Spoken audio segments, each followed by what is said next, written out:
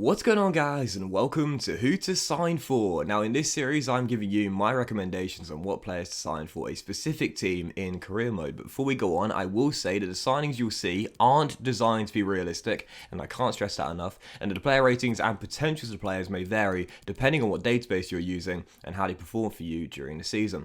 Obviously you don't have to follow all the tips. This is really just a set of guidelines to give you a hand if you're stuck for ideas and want some suggestions on what players you could sign for a certain club. This is mainly aimed at those of you out there who may be new to the game and just need a little bit of advice, or for those of you out there who just want a few recommendations on what players you could sign for a team that you may be using in career mode this year. So yes, in today's episode of Who to Sign For, guys, I've been waiting for this one. Leicester City, the Premier League champions of 2015-2016, no doubt about it. Despite it being a few years ago now, it was one of the greatest football Cinderella stories of all time under Claudio Ranieri.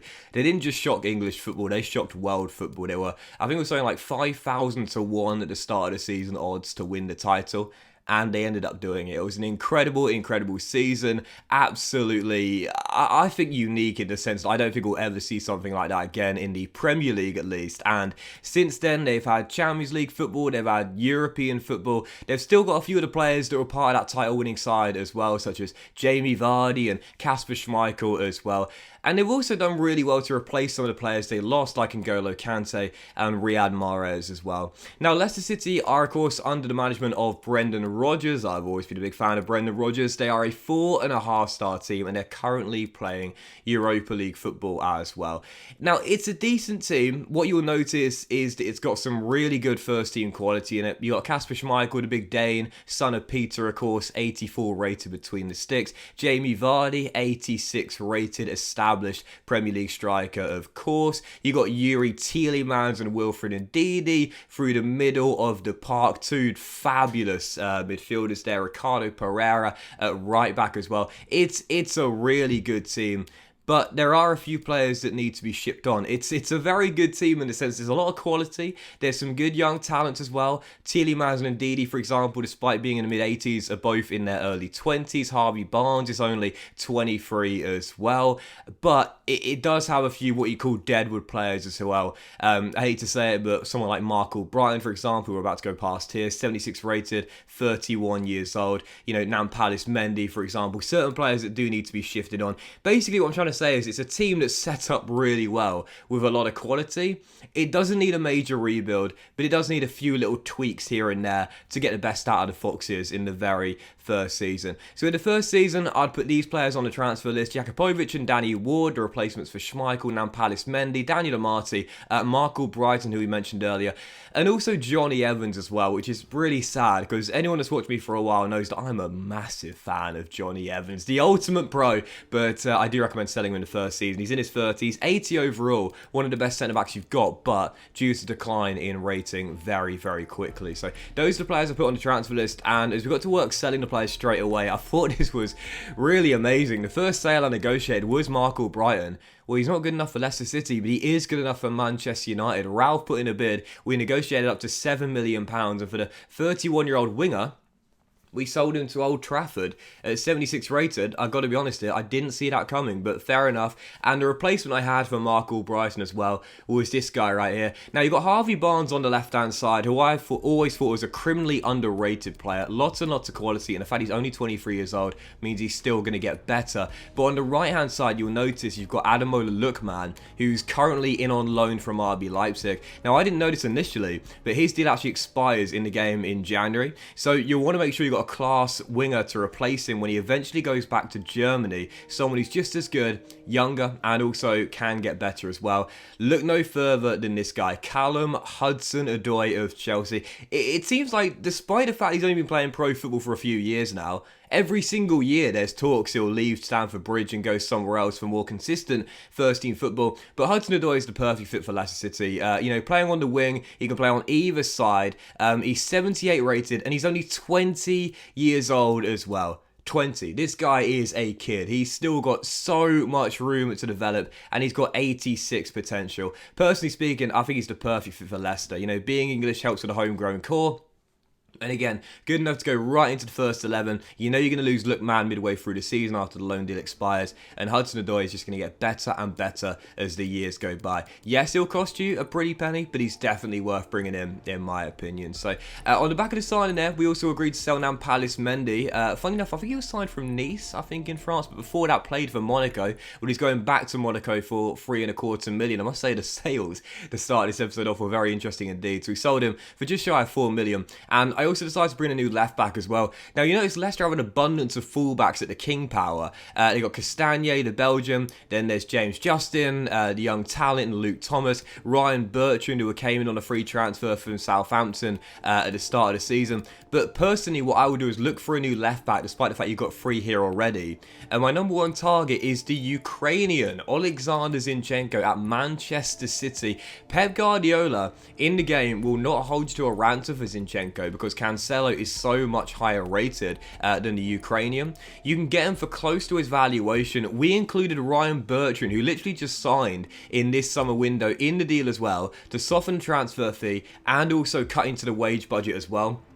So we spent 20 million on Zinchenko, plus Ryan Bertrand, who of course we will not need. Bertrand's rating isn't the highest, and he's behind the pecking order in Justin and also Thomas as well. So if you were to sign a new left back, he'd be 4th choice. So you might as well swap Ryan Bertrand out of the club. You won't be able to sell him in the first window, but you can swap him. We gave him to Manchester City in exchange for Zinchenko, plus 20 million, and to me, that's an absolute bargain. Oleksandr is so versatile. I mean, he spent time playing literally everywhere on the pitch in his young football career. He's only 24 years old, Zinchenko. You think he'd be older. He seems like he's been around for a lot longer than that, but even so, he's not. He's only 24 years old, but he's a great fullback, and you saw his stats there. He's really, really versatile. If you want, you can play him further forward. If you want, you can play him through the middle, but to me, at left back or left wing back, that's where he'll be at his best. I'd get the defensive work rate up from medium to high and turn him into a really energetic wing back in this Leicester team. He's got 82 potential as well, so despite being 24, he'll still grow 3 ratings too. So following that, we sold Daniel Amati to Napoli for £8 million, and I did sell Johnny Evans to Real Sociedad as well. Again, Evans is a great centre-half. I've always found him to be a really solid defender to have in a back line, but as he is 33, we would have noticed it already. He actually declined a rating in about 3 weeks, down to 79 overall. The fact is, you've already got an abundance of centre-halves here. You know, we just sold Amati to Napoli. Yannick Vestergaard is a new signing, so you won't be able to move him on. Soyuncu is a really solid centre-half, and of course, don't forget you've got the young French talent Fofana as well. So really, I would recommend selling Johnny Evans in the first season along with Amati as well, because Amati doesn't quite have the quality that you're looking for, and Johnny Evans is just a little bit too old now. And I'd look to replace those 2 centre-halves with a new one to partner Soyuncu or Fofana. And I'd recommend this guy, and it's definitely what you'd call an unrealistic signing, but I believe it was actually Brendan Rodgers who signed him from Charlton to Anfield back when he was Liverpool manager. I might be wrong about that. He might have come in slightly earlier, but he certainly spent time playing under Brendan Rodgers, and it is the Liverpool centre-half, Joe Gomez. You won't have to spend much to get Gomez from Liverpool as well. It seems like every single year he's available on a cut price deal, and the reason being is very simple. Liverpool already have Virgil van Dijk, one of the best centre-backs in the world. Then they've got other centre-halves who are higher rated, such as Joel Matip as well. It means that when you have a player at a big club and there are players in the same position that are higher rated, the AI managers won't hold you to ransom. So you can get Joe Gomez for under 40 million. I think we spent around 33 to get Joe Gomez in this save, and that is an absolute bargain for Gomez. He's still in his early 20s, 81 overall, but still grows 5 ratings to 86 as well. He would be the perfect fit to play under Brendan Rodgers once again in this Leicester City team and partner Fofana for the long-term future once you're done with Soyuncu. So, yeah, we signed Joe Gomez to replace Evans and Amati. Certainly a great replacement there. And I did decide to sign a new backup goalkeeper as well. Now, you would have noticed here I was trying to give St Etienne, Danny Ward and Jakubovic because I couldn't find buyers for those 2 players. For the whole of the window, I couldn't find a single club that wanted Danny Ward or Jakubovic. It was so frustrating. frustrating. But in the end, I thought, you know what? Forget it. We'll just have 4 goalkeepers for season 1. And I signed this guy for the bench. It's Etienne Green. In the first season, the Great Dane Kasper Schmeichel will be between the sticks. You don't need a replacement despite the fact he is 34 years old. The likelihood is if he is going to decline, he'll only go down by like a rating or 2, and he's still going to be good enough to be your main shot stopper. But you do want someone for the bench that's young and can grow. Etienne Green is a fantastic signing. I recommend him for practically every single Premier League career mode if you're looking for a backup goalkeeper. He is a great young shot stopper, 74 rated with 82 potential. So in the end, it was quite a brief transfer window, but I really like the business we did. We sold 4 players for just over 30 million, and again, those are those sort of deadwood players you didn't really need. Amati, Mendy, Mark Albrighton, and an aging Johnny Evans as well. And we signed 4 players for 96 million. But you look at the players coming in here, 3 great young English talents in Hudson-Odoi, Gomez, and the young shot stopper Etienne Green, and then Zinchenko is your new starting left back as well. 3 of those players going in the first 11, and Green is the understudy for Kasper Schmeichel. We've made the team slightly better. We've made the team slightly younger. I think all in all, it was a really good window, despite how brief it was. So in the first season, could we hit the really strong objectives I forgot to mention earlier? Finish in the top 4. Yep, you heard me right. And also win the Europa League and reach the quarterfinals of the FA Cup. Well, as you can see, we did not win the Europa League. So I was going through the simulation. I had my fingers crossed with every single time. We got to the semis, but you'll see at the top of May here, we lost to RB Leipzig in a 2-legged affair. And in the Premier League, I've got to say, this was so unfortunate. Now, in the first season, the board say break up the top 4. I personally would not target that in the first season if I were you. Leicester are a 4.5-star team. They're not one of what you consider to be the traditional top 6. There are other really good rising teams in the Premier League as well to battle with. My personal recommendation with Leicester in the first season is break up the top 7. Get into the Europa League or the Europa Conference League and call it a solid first season. We did that. We finished 3 points behind Chelsea, who finished in 4th, as we had 69 points and finished in 5th place in season 1. To me, whilst the board would consider that a failure, I don't think the Leicester City fans would. To finish in 5th place, guarantee going back into the Europa League group stage for the following season with a team that, again, is going to be continuing to get better and better with the young talent here as well. I don't think that's a bad season 1 in the Premier League, personally. Finishing in 5th place and only 3 points off a Champions League spot as well, I don't think it's that bad, personally, in Season 1. As you can see in the Community Shield, obviously it doesn't really matter towards the objectives. We lost to Manchester City in a 7-goal Community Shield. One of the best Community Shields ever, surely. In the League Cup, doesn't count towards the objectives. We were knocked out early in the 3rd round as Chelsea won that on penalties. Interesting stuff there. And as for the FA Cup as well, we did indeed get to where the board asked for. Quarter-final stages, we were knocked out by Steven Gerrard's Aston Villa, who managed to make the semis as the Red Devils won the FA Cup, and we failed to retain hours after winning it last season. As for the Europa League, we topped our group in the Europa League and made it through 2 great sides in the last 16 in the quarter-final. First Atletico and then Atalanta as well. Unfortunately, our progress did end in the final 4, humbled by RB Leipzig as Johnny Evans' Real Sociedad won the Europa League in the end. But even so, a final 4 place in the Europa League is not bad.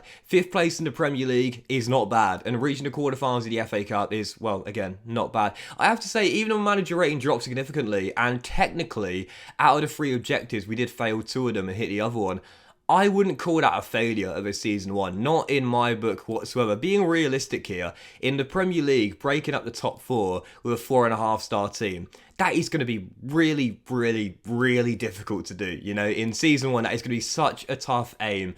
And, you know, Leicester City fans, of course, want to get back into big time. They loved their little stint in it many years ago. But let's be honest here, when there's so many great teams to compete with in the Premier League over a long 38-game season, and you're playing Thursday night football in the Europa League as well, I don't think 5th place is a bad finish whatsoever, not in my book. And again, for the Europa League as well, it would have been great to have won it and qualify with the Champions League that way, but the semi-finals, going all the way to the final 4 and losing to a good RB Leipzig side, I don't think that's bad either, to be honest. To me, that was a very decent Season 1. The board might not look as favourably on it, but to me, I thought that was a pretty solid first season. And as I run you through the squad here again, I think Leicester is such a fun team to do a career with, because they're one of the sides that are just on the cusp of breaking up the top 6, the traditional top 6. You can do that in Season 1 like we did as well, and also being able to knock on the door for the Champions League too. They're playing European football. They've got 3 fantastic kits. The King Power Stadium's so atmospheric as well, and based on their recent history too, I gotta say, if you're looking for a fun, long-term project,